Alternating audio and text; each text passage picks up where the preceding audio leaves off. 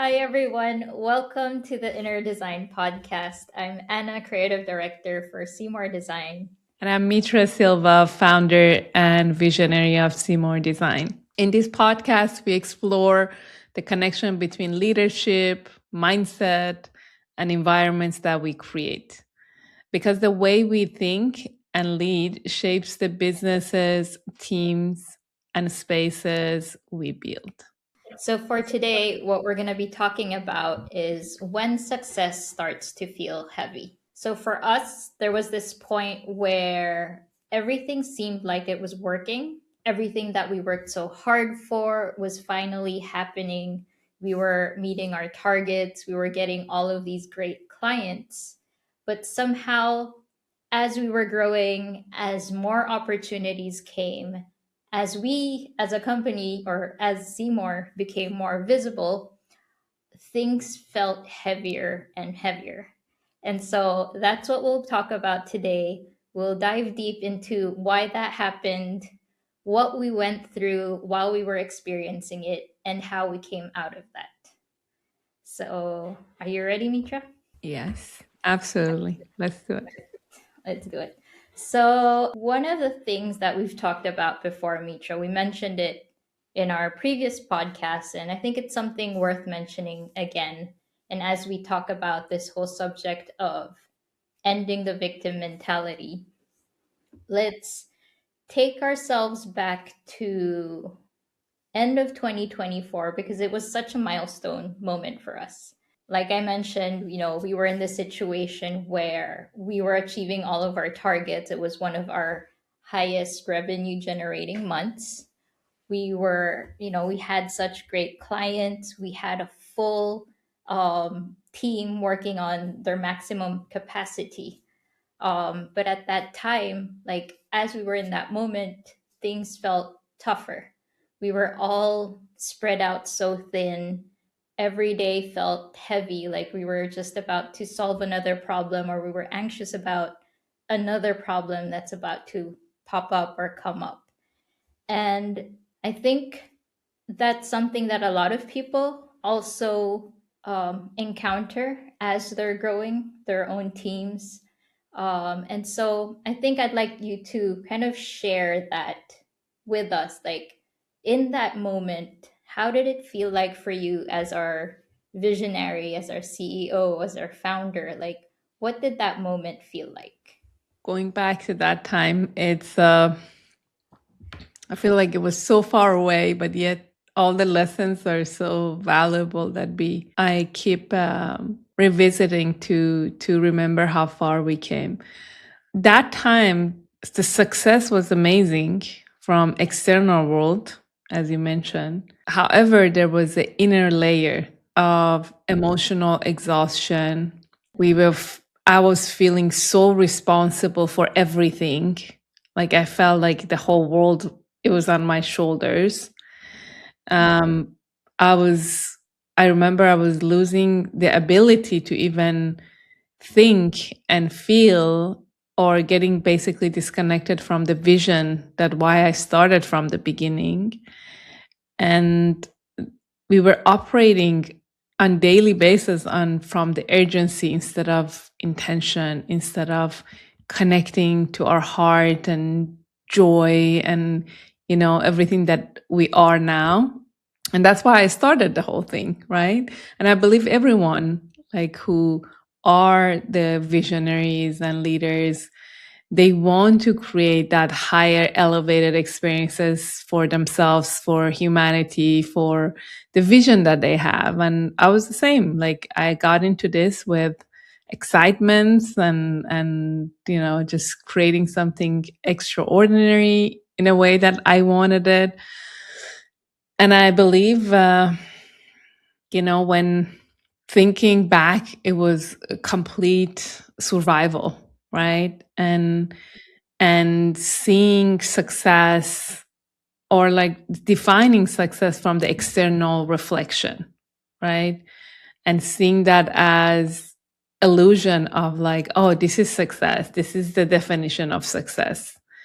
And it was just all of the experiences that we had, the exhaustion of like keep trying, right? Instead of being in the moment, being productive and feeling completely in alignment with what matters the most, which is the quality of our emotions, the joy, the heart center, the coherent of like how we're feeling and thinking, and everything that we're creating based on that. So it was opposite of creating. It was survival. And like when I look back and I'm thinking and reflecting, I'm grateful. I'm grateful for those experiences. I'm grateful for those moments, even though it was so hard. You remember, like it was just so hard, like emotionally, physically, mentally. It was expensive. It was expensive in every aspect. It was way too expensive. We were spending more energy, more time, more money, everything was just like the exchange was way too expensive. Yeah, definitely. I mean, because I was in there with you. I know exactly like the mental, the emotional, the physical exhaustion of operating out of survival. Like, I remember waking up and I was just like, "Ugh, just another day." And I would work from like almost 12 hours straight, one problem after another. And you're like, it's like there's too much, it's too much. And as we went through this journey, we saw the cost of that in our physical health, in our mental health, emotional health, even. Um, but as you were talking about, feeling disconnected from the vision, because like it is correct that at the start, everybody who builds their own team or their own vision or their own business, they have this great image of it or vision that's full of heart centeredness and good intention. But when you said that, when you define success differently, you start losing that. You start being disconnected from the vision, as you mentioned. What do you think it is about living in a victim mindset or survival mentality that takes you away from that makes you define this kind of external way of defining success? It's such a physical experience when you're in survival. Like, I'm so geeky about neuroscience and all of that. And I love just learning and then making myself as a test, kind of testing it on myself. And when I understood what I was doing and why I was doing it, you get just stuck in that brainwave of beta, which is survival, high beta, and the chemical that it goes through your body as a result of that is just you get locked into this loop, and it's so hard to get out of it, and it's so addictive. Like, you wake up, your body's asking for the same story over and over and over again until enough is enough, right? So definitely that. First, I just wanted to say that was my experience. Like, when I'm look back, I'm like, wow, like I was so in it, and I was so, in a way, hypnotized by all of this, like the brainwave and the chemical in my body. I was just such in the loop that it's so hard to stay connected. Your heart closes, which is the most beautiful and the strongest magnetic field in our body.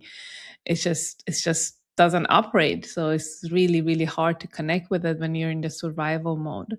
And then the side effect of being in survival mode, you just keep having excuses. That is the team problem, is the economy, is the landlord, is the, I don't know, like the clients, or the, I don't know, like people around me. And if they do this, I'll be better. If I hire another consultant, they can fix me. Or if hiring more people, like they can help me to resolve this. But And that was the story. That was the story. We were going to fixing it, right? Like that mindset of fixing this problem.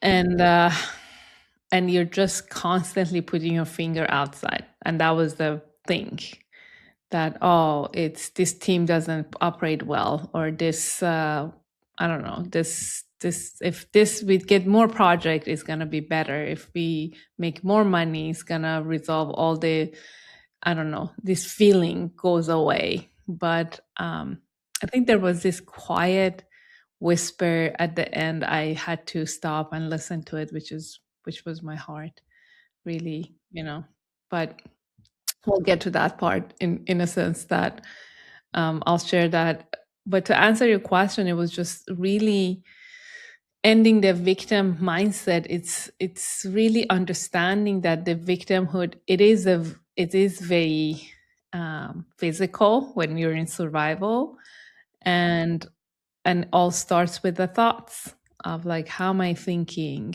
who am I making this responsible, and understanding, that I was constantly looking at my reality, that everyone else is responsible for my reality, right? And then finding all the standards that consciously or unconsciously adopted at what does success means, instead of saying what does success means to me, right? So that was the turning. Yeah. Yeah. So, like, to summarize what you said, like, definitely when somebody is in that situation, they get so stuck in the loop. The loop that goes, the loop that comes with excuses and the finger pointing, as you mentioned. And that's definitely where you can define that you're stuck in that victim survival mentality. You're in a situation and you point everything throughout. So uh, I'll tell everybody about that situation for us. So I think, if I recall correctly, we were in that situation. We were finger pointing everything and we felt so overwhelmed. And so what we decided was, we'll hire somebody who's done this well, who's experienced it before. We'll have her figure it out, in a most basic way of explaining it. We'll have her figure it out, and help us stabilize everything. It's as if we took this pressure of getting all that external definition of success, have her address it, thinking that, okay, if she addresses it, everything will be better.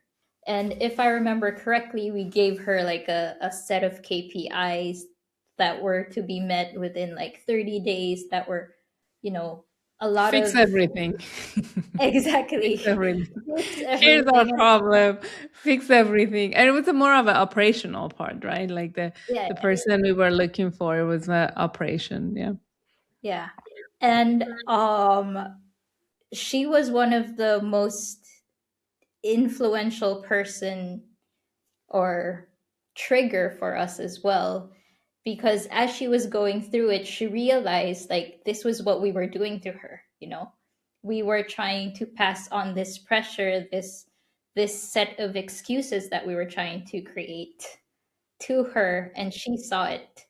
And I remember, I didn't you were in a meeting with her, in the middle of it she just disappeared, dropped, and left, which was such a big trigger, and left and just never came back again. And that was, I guess, one of the most honest messages that we could receive. And so I think that's one of the major turning points that we had, from somebody operating from, survival, to having that moment. Like, could you explain what that was for you? Yeah. Yeah. I remember I was like, I was listening to him like, oh my God. Yeah, it was a team call actually. We were all on the call, and then I was addressing certain points about the challenges and what we want to solve, and just keep talking about problem solving, not solution, right? Just keep focusing on problem solving. It's part of the survival or victim mindset of like keep focusing on the problem versus on the solution. And I remember I was just so in it, just the explaining it and just like really seeing it as my truth. Like, oh my God, like we're dealing with, I don't know what it was, the exact conversation. And then she left. She left the Zoom call. And I think that like shook me. I'm like, how can someone leave in the middle of the conversation? It was just such a big deal for me. And it was so hard for me to, in a sense that it broke through me. And I was like, I gotta pause. This is way like, because I always have had and still have such a high what do you call it, like standard or place for our team. Like always, never anyone in our team done such a thing. And she was just been with us for like what, like 3-4 weeks into it, like something like that. And then yeah, and then that happened, and to me it was a breaking moment, which was fantastic. She truly came to to teach me that lesson. Like it was just complete, and then it became clear for me. And for the first time I contacted her, I texted her, I was like, what happened? It was from place of curiosity, not just, or maybe it was a mix of both, of like my ego and or the ego and that. And then she was like, I don't think this is the right environment for me. And I respected it and ended the call, and that was it. And that was, for me, was such a hard thing for me, that I'm holding such a higher level of standard for myself. And really that was the moment I felt like you gotta change.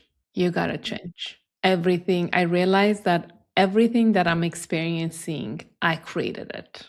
And definitely that was the ending and starting point, living from the place of survival and being unconscious and really sitting in the place of being a creator. I remember it clearly. It was so hard. It was so hard that I had to completely say pause or just stop. And yeah, I said I gotta change, because everything that I see is the mirror of my inner world. I'm creating all of this.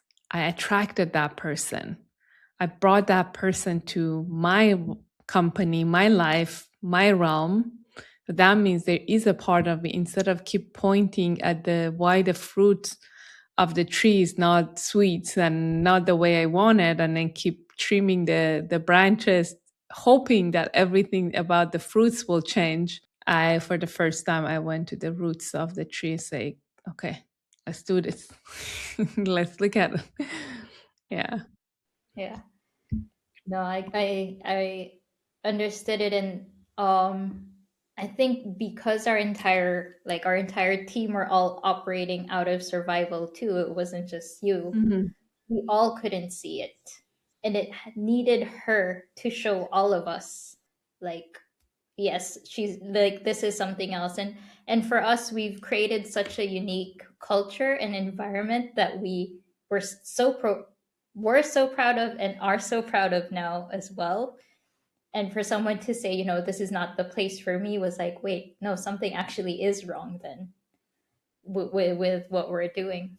So yeah, That was a wake definitely. up call for us. She came to just ring that bell, say, guys, either you wake up or you wake up. Yeah, that's Exactly. it. Exactly. Yeah. And it's so different as well. How we interpreted it then when it happened is still very different to now, because as you go through it, I feel like we keep realizing certain things from it as well. Yeah. So what does being in a victim mindset actually mean to you now? And does it still show up for you, knowing that you had that turning point? Definitely survival is part of who we are. I call it old patterns now. I don't call it Mhm. victimhood. I don't label it that way anymore. I see it as a pattern now. So because of the level of awareness that it came and I was able to achieve or see it, or not even achieve, to open up myself to it, to that level of awareness and consciousness of like, how am I thinking? How am I feeling? And really completely taking the responsibility of it. So when the old pattern appears, now I know completely is there to its job is coming to protect me. So I don't have this like, why am I looking like that? Why am I thinking like, I don't have that kind of really going at myself. So I'm like, oh, thank you. You're here to protect me, but I don't need it anymore. And so it's much softer and kinder relationship with even when the old pattern appears, and keep loving, in a sense, um, falling in love with the version of myself that is a creator. So the more energy I'm giving to it, which is being the creator, being the person who sees through this lens of truth of life, that our essence, my essence, is about creating, right? It's about, and the survival is it's part of this journey to just be protected, and it doesn't have to take over my entire, doesn't need to be in the driver's seat. You can just notify me like, okay, don't go left or right or cross the road, like be careful, and that's it, and that's about it. Now like every single thing has to be about survival. So now it's a much better and healthier and clear relationship with myself. So even when it comes up, I'm like, oh, it's here. It's here. And I give my best to staying aware of it. And yeah. So definitely like awareness is the most important part. Like Hmm. being aware of, are you stuck in your loop again, or are you bringing back an old pattern? And I guess for me, you know me well, Mitra, I need a step by step, or I need like clarity. And I want you to share with everybody what that looks like when you say you have to change how you think and how you feel. So let's say me, for example, I notice a new pattern that I'm doing. Maybe I'm over strategizing again. Let's say that's my pattern. How do I change how I'm thinking, or how do I change how I'm feeling, or which one should I do first? Yeah. I don't think the new pattern usually are the challenging part. Is the old pattern that we're not aware of it usually are the old self that is coming to picture. But let's just get an example of a pattern that is not giving us joy. It doesn't give us that level of freedom and just being a heart centered person. And its pattern is based on survival. Like let's say you say over strategizing, like overdoing something usually, based on everything that I read and practice on myself, is when brain is in survival, it gets over focused because it's super, the high beta brain waves is all about like really get obsessed about something that is not healthy, right? Because it's like surviving, surviving, surviving. What I've done that it helped me is just pause. Like just pause. You don't need to do anything. You don't need to change anything. Like just pause. I think pause is what a gift that we can give to ourselves. If the pause, it means um, just if we are on the Zoom call, I don't know, like, before you go to the Zoom call, 5 minutes, don't do anything, just sit without anything and just observe and just sit in that moment. Or if it's during the workday and it's just a lot happening, or just the everyday life that is just too much happening, just pause even for a second, for a minute, just sitting and just with it. Sometimes that's all it takes. I think the fundamental part of it that I learned is you don't want to change the the situation or the thoughts or that obsessive way of you doing. You just got to sit with it, because that's the first step of observation and awareness. You just sit with it without keep wanting to do something with it. So for me, it was like, okay, let me sit with it. Let me just see it as it is. Okay, like no change, nothing needs to be um like one of my big thing, like transformation. Like I don't need to transform anything, just like sit with it. So that's the first thing. And then second thing is, once it's sit with it, it's just like, for me, one of the biggest gifts that I could give myself in life is journaling. Like, because the moment you put your finger and your hand with the pen, for me is that, maybe for some people is typing, is that like you access you, there's a connection in your brain happens, the neural paths start like having this, really literally the connections start happening, that you can access your subconscious level of your mind, your body. So start writing. What is that thoughts? And everything start with the thoughts. For a long time, because I was in such a survival, I couldn't even hear the thoughts.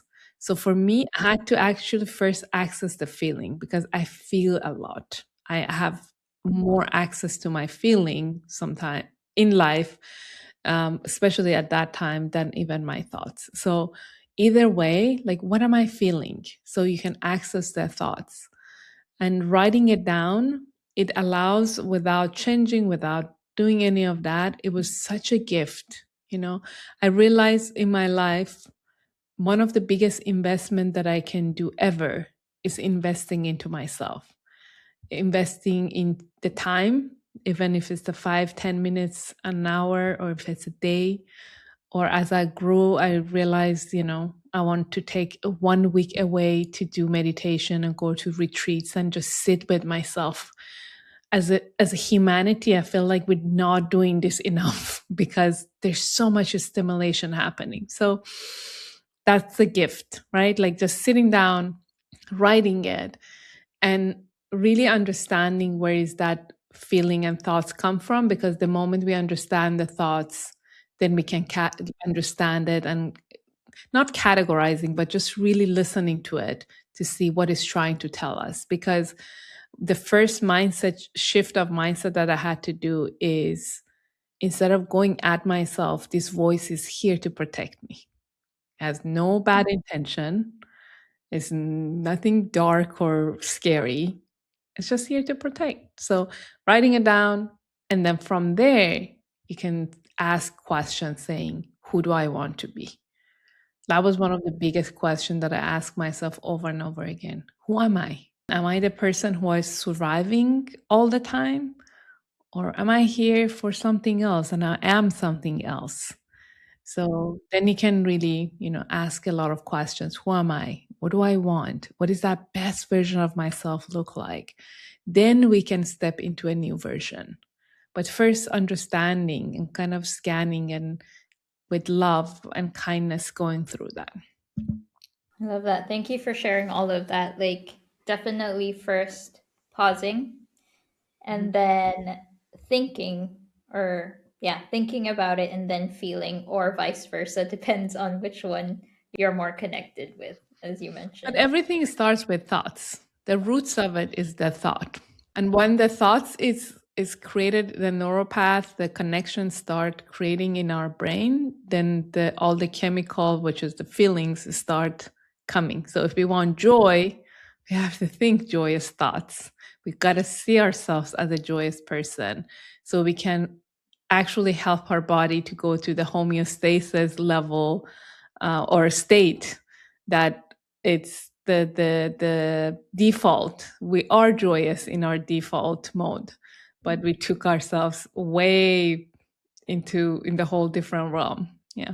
Actually, while you were talking, one thing I just remembered is like this three-step process is like, yes, it's something you can start off, but then it becomes such a practice for us that now in every little decision that we make, sometimes we always, when we have like this new issue that we can't decide what's the right decision, we're like, wait, let's pause, and we both close our eyes, and we're both like, okay, what are we feeling about this decision before we even talk about it.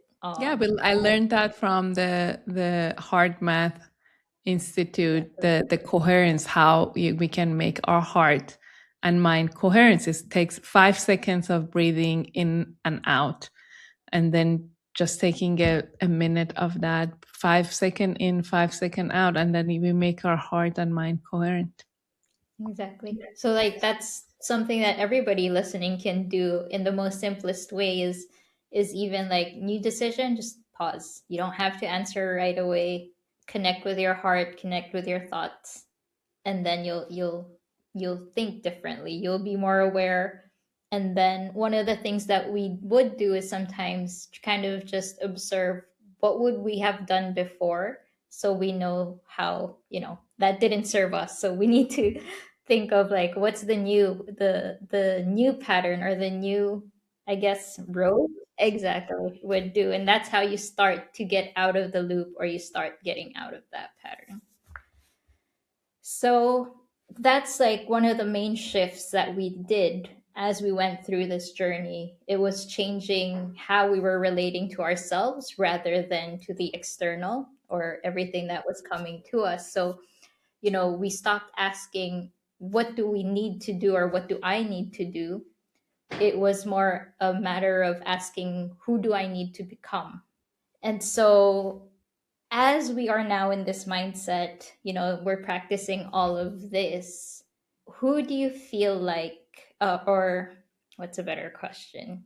How did this change the way you lead? You know how at the start you were explaining how being in that situation, you felt emotional exhaustion.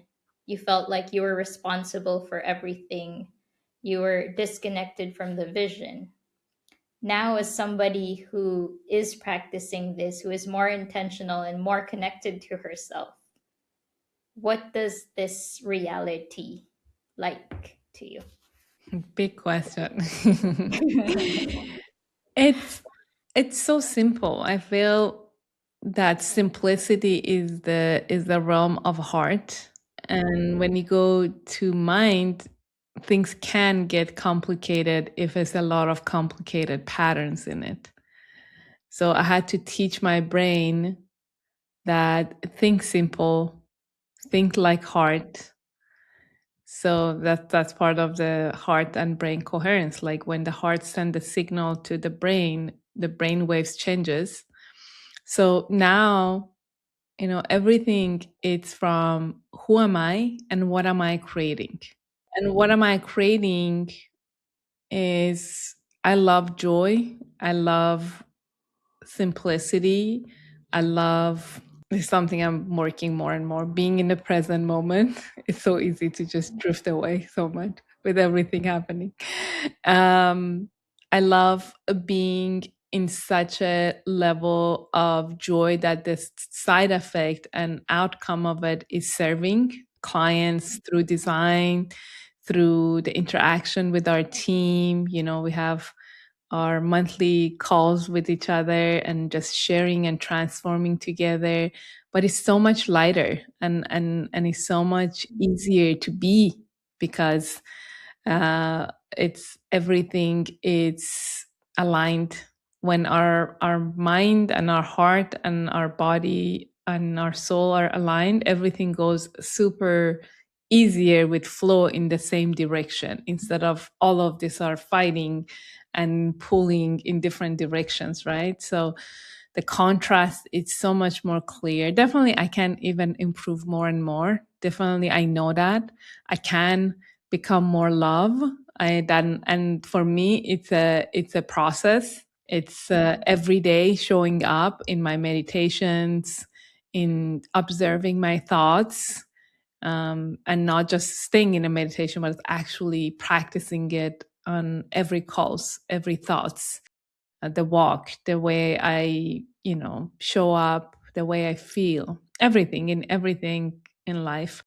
So but it's definitely such a easier and lighter and more heart-centered place that I am. And I'm so grateful. When I look back, every single person, every single thing came to teach me. So if I learn my lessons with more awareness and sooner, so it doesn't get too loud, too hard, too complicated. So definitely, I have a lens to see through the lens of truth of life, which is we are all love.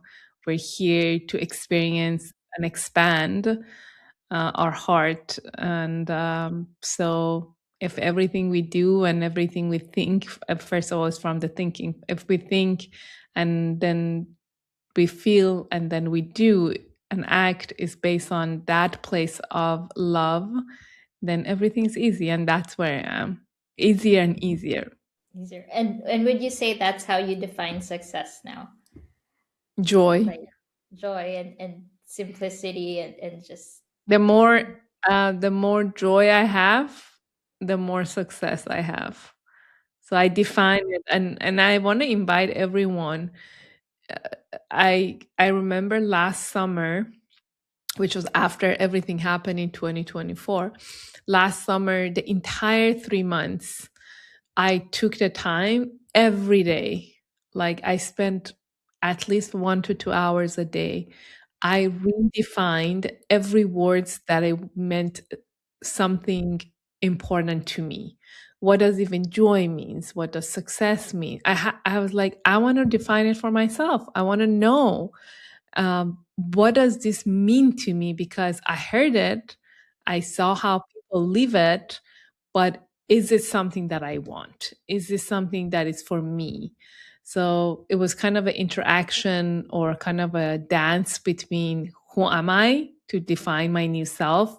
And I would say new self is the most authentic self. It's not something I think definitely is the most authentic version of ourselves that is closer to heart and closer to our essence. So I defined it. So success now, if I have more joy, that means I'm more successful. And yes, we do all of the things internally, like we measure our finances, we know how to have a KPI, we have our scorecards. All of those are secondary into all these acts that we're doing. What's the emotion that we're getting in exchange?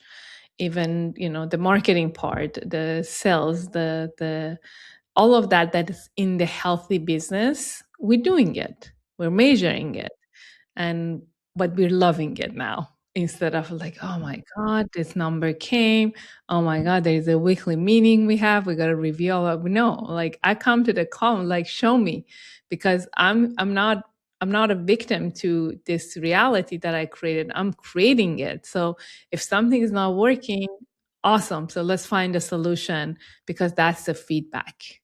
So now it's about like, oh, this is a feedback. Show me how I can pivot, how I can think differently, how I can serve better, how I can think better, how I can show up in as my creator self, as my new self. so like success or the metrics or the results or the data that we get, that's not the measure of success. The measure of success is how we're able to show up as ourselves, the energy that we put in, or yeah, the that level of joy we're able to bring out in what we do is, I guess, would that summarize it? So I know there's a fine line here, because when heart and mind are coherent, there's a flow, there's joy, right? So when I say success equal joy for me, that means I am anchored into my heart. And when we go to our scorecards, we go to the measurements of like how much we spend on this and what is that, like reviewing all of that. To me, when we're putting too much effort on something and it doesn't give us a result, that means we're still in survival there. That means there is an opportunity to shift it, to see how can I think in a new way or allow the unknown way to appear by tapping into new opportunities of thinking or go for a walk. It's like, what is that version of myself that has this X, Y, and Z KPI, how this person is showing up versus the number dictates or translate the joy. It's a very fine line of coming from that place because to me, world of business and entrepreneurship is one of the toughest and yet most rewarding schools. That everything that we have inside us to me, as a visionary, you as a creative director in our team, is whatever we have, it just reflects back so directly and so vividly. So you don't like it, change it, but change it from the place of being in the place of heart, being in the coherent place, being in homeostasis, not from the place of surviving and reacting. And we were having a conversation this week and last week. Is like, I cannot give what I don't have inside me. So same thing in the business, but where is it coming from? The intention, the anchoring point is the question.